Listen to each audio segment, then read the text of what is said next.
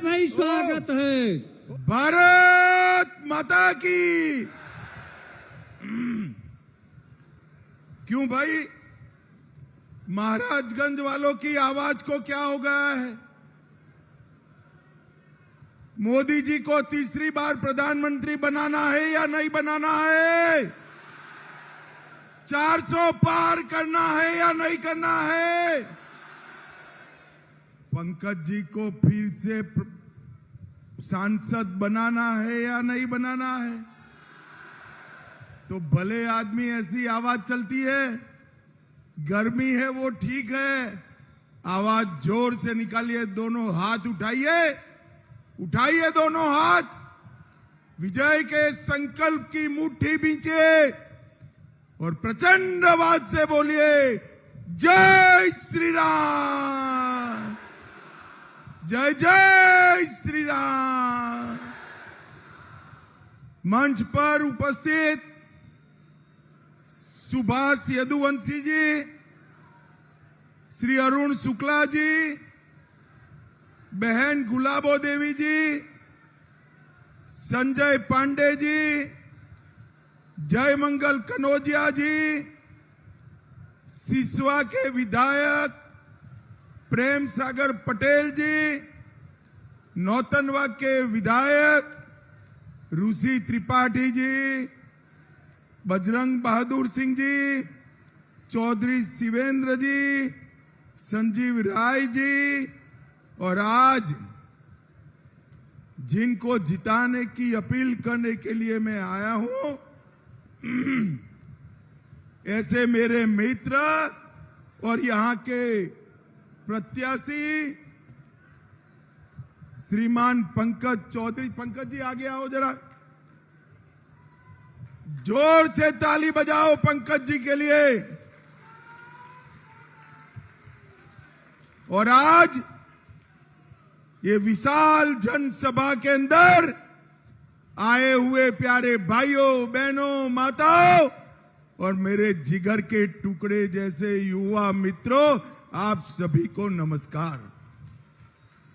भाइयों बहनों, सबसे पहले मैं बैठिए पंकज जी, सबसे पहले सोनाड़ी देवी मंदिर, लेहड़ा देवी मंदिर, अद्रौना मंदिर, गुरु गोरखनाथ मंदिर, कठरा शिवलिंग, महेशिया विष्णु मंदिर, ये सभी को प्रणाम कर कर मेरी बात की शुरुआत करता हूं। आज जब मैं यहां आया हूं तब महान स्वतंत्रता सेनानी और संविधान सभा के मेंबर सिब्बल लाल सक्सेना जी को भी मनपूर्वक प्रणाम कर कर मेरी बात की शुरुआत करता हूं। भाइयों बहनों, 6 चरण चुनाव का हो गया है, मेरे पास 5 चरण का हिसाब किताब है। परिणाम जानना है क्या? अरे जोर से बोलो, जानना है, और जोर से बोलो, जानना है। देखो 5 चरण में मोदी जी 310 पार कर गए हैं, 310 पार। ये छठा और 7वां 400 पार कराने का है। और राहुल बाबा, ये महाराजगंज की भूमि पर मैं कहता हूं, सुन लो, आप 40 भी पार नहीं कर रहे हो, 40 भी पार। और ये दूसरे शहजादे अखिलेश जी, वो भी 4 के अंदर रहने वाले हैं।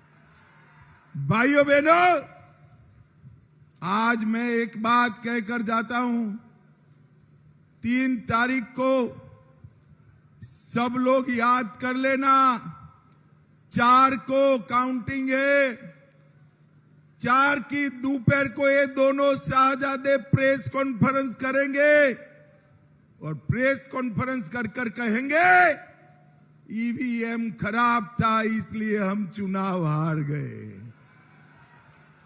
इन्होंने तय कर लिया है कि हार का ठीकरा ईवीएम पर फोड़ना है।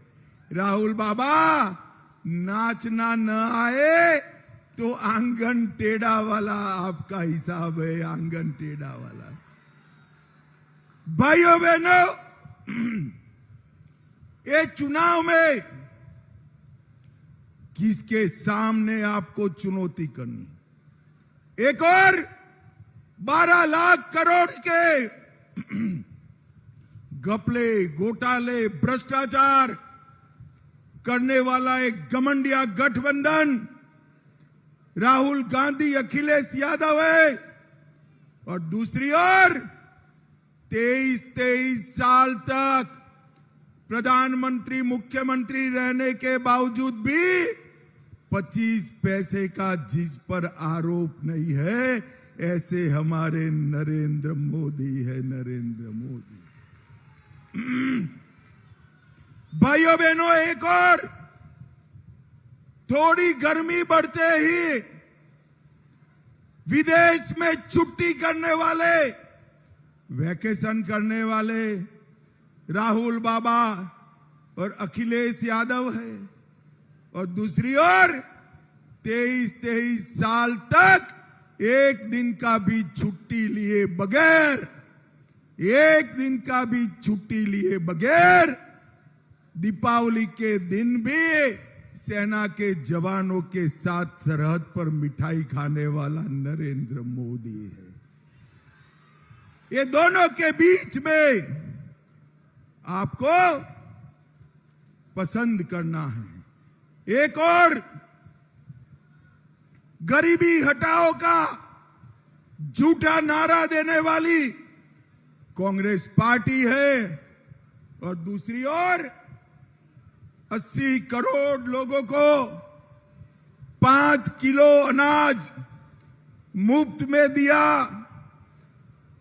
12 करोड़ लोगों को शौचालय दिया, 14 करोड़ लोगों को नल से जल दिया, 10 करोड़ लोगों को गैस का सिलेंडर दिया, 60 करोड़ लोगों को 5 लाख तक का पूरा स्वास्थ्य का खर्चा मुफ्त में कर दिया, और 11 करोड़ किसानों को 6,000 रुपया प्रति साल देने का काम हमारे नरेंद्र मोदी जी ने किया है, नरेंद्र मोदी जी ने। भाइयों बहनों, महाराजगंज वालों, मुझे बताओ, अयोध्या में राम मंदिर बनना चाहिए था या नहीं बनना चाहिए था? अरे जोर से बोलो, राम लल्ला तक आवाज जानी चाहिए। बनना चाहिए था या नहीं बनना चाहिए था? 70 साल से ये कांग्रेस समाजवादी पार्टी राम मंदिर को अटकाते रहे, लटकाते रहे, भटकाते रहे। मोदी जी को आपने दूसरी बार प्रधानमंत्री बनाया। मोदी जी ने 5 ही साल में भूमि पूजन भी किया, केस भी जीता, और जनवरी में प्राण प्रतिष्ठा कर कर जय श्री राम कर दिया। भाइयों बहनों, यही समाजवादी पार्टी है जिसने कार सेवकों पर गोली चलाई थी। सरयू का पानी कार सेवकों के खून से लाल कर दिया था। एक और राम भक्तों पर गोली चलाने वाले हैं, और दूसरी ओर राम मंदिर बनाने वाले नरेंद्र मोदी है, नरेंद्र मोदी है। महाराजगंज वालों, मुझे बताओ, पाक ऑक्यूपाई कश्मीर हमारा है या नहीं है? अरे जोर से बोलो, है या नहीं है? और जोर से बोलो, है या नहीं है? ये राहुल बाबा हमें डराते हैं कि पाक ऑक्यूपाई कश्मीर न मांगो, पाकिस्तान के पास एटम बम है। अरे राहुल बाबा, हम तो भाजपा वाले हैं, पाकिस्तान के एटम बम से नहीं डरते हैं। आज मैं महाराजगंज की शिवलाल सक्सेना की भूमि पर से कहकर जाता हूं, पाक ऑक्यूपाई कश्मीर हमारा है, रहेगा और हम उसको लेकर रहेंगे। भाइयों बहनों, ये सारे समाजवादी पार्टी कांग्रेस वाले झूठ बोलने में माहिर।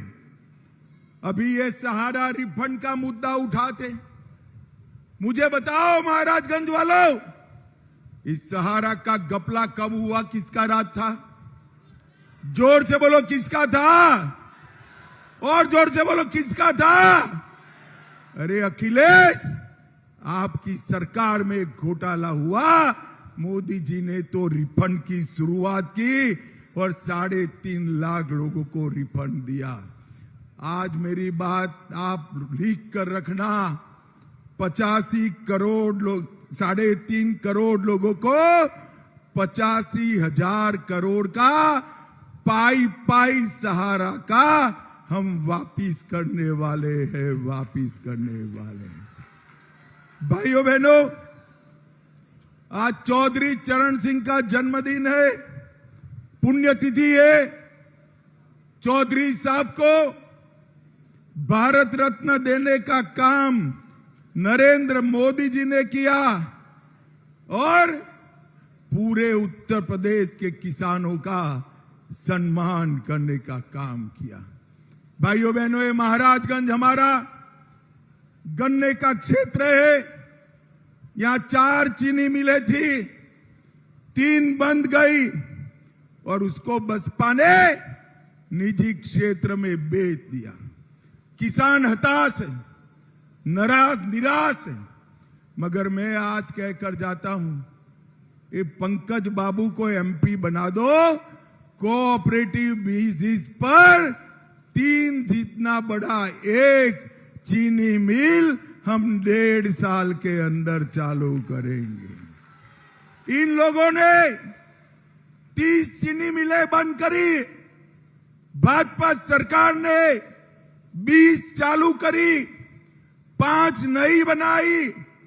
गन्ने के क्षेत्र में 9 लाख हेक्टेयर की बढ़ोतरी की, 23,000 करोड़ रुपया 95 से 17 तक चुकाया था।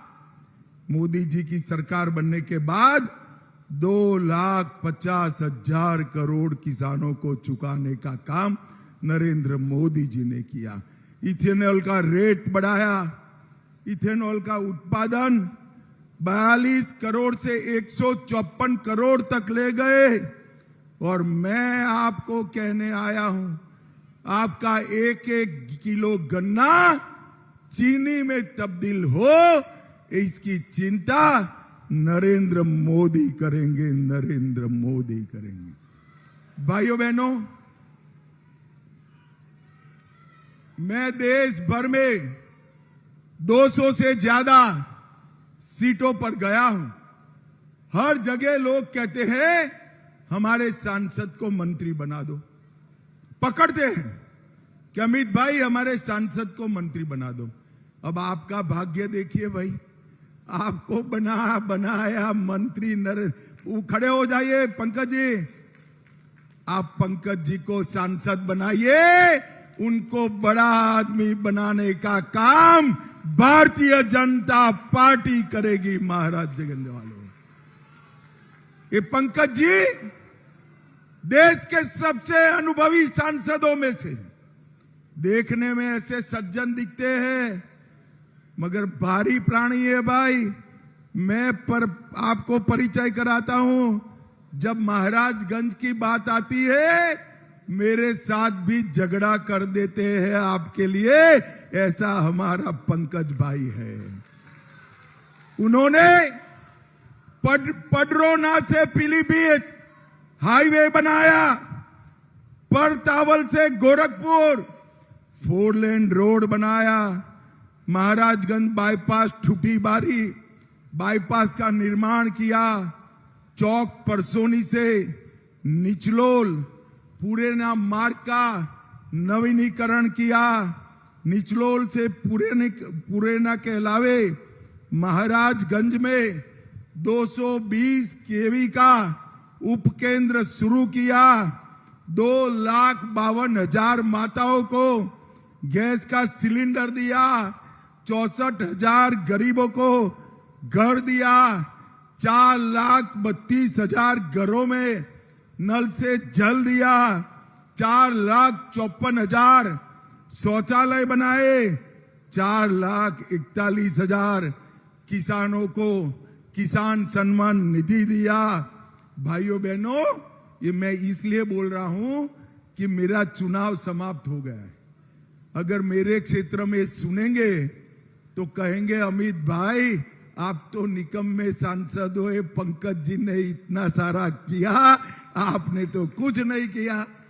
भाइयों बहनों, बहुत अनुभवी, मेरी पार्टी में सबसे अनुभवी सांसद में से एक हमारे पंकज चौधरी हैं। दिया लेकर ढूंढोगे ना तो भी ऐसा सांसद नहीं मिलेगा। महाराजगंज वालों, गलती मत करना। प्रचंड बहुमत के साथ पंकज जी को जिताकर संसद में भेजिए। बैठिए पंकज जी। भाइयों बहनों, ऐसा होने वाला नहीं है, मगर मान लो हो गया, ये राहुल बाबा जीत गए तो एक घमंडिया गठबंधन का प्रधानमंत्री कौन बनेगा? कोई है? जरा बोलो भाई, कोई है? अरे चलो एक एक कर मैं नाम कहता हूं। शरद पवार बन सकते हैं क्या? अरे जोर से ना बोलो भाई, बन सकते हैं? उद्धव ठाकरे, ममता बनर्जी, अखिलेश बाबू, अब हंसना मत, जरा भी मत हंसना। राहुल बाबा बन सकते हैं? अरे क्यों हंसे भाई? बन सकते हैं क्या? इनके पास प्रधानमंत्री पद का प्रत्याशी ही नहीं। ये पत्रकारों ने उनको पूछा कि आपका प्रधानमंत्री कौन? तो ये कहते हैं बारी बारी 5 साल एक एक जना बनेगा। बोलो भाइयों बहनों, ये परचूरन की दुकान नहीं है। 130 करोड़ का महान भारत है। बारी बारी प्रधानमंत्री चल सकता है क्या? जोर से बोलो, चल सकता है? मुझे जवाब देना। पाकिस्तान को मुंह तोड़ जवाब कौन दे सकता है? कौन दे सकता है? जोर से बोलो, कौन दे सकता है? 60 करोड़ गरीबों के घर में गैस, बिजली, पानी, शौचालय, खाना कौन पहुंचा सकता है? कोरोना से कौन बचा सकता है? दुनिया में भारत का डंका कौन बजा सकता है? भाइयों बहनों, मैं जहां भी जाता हूं सब जगह ये मोदी मोदी मोदी मोदी आता है। भाइयों बहनों, ये मोदी मोदी का नारा विकसित भारत का नारा बना है। और आज उत्सव है लोकतंत्र का। 1 तारीख को इतनी चिलचिलाती धूप में मत जाइएगा। माताएं बहने को कहता हूं, जब तक वोट डालकर ना आए चाय मत पिलाना। वोट डालने के बाद ही घर वाले को चाय पिलाना, ठीक है ना? वोटिंग करोगे क्या? पंकज जी को प्रचंड बहुमत से जिताओगे? मोदी जी को फिर से प्रधानमंत्री बनाओगे? तो मेरे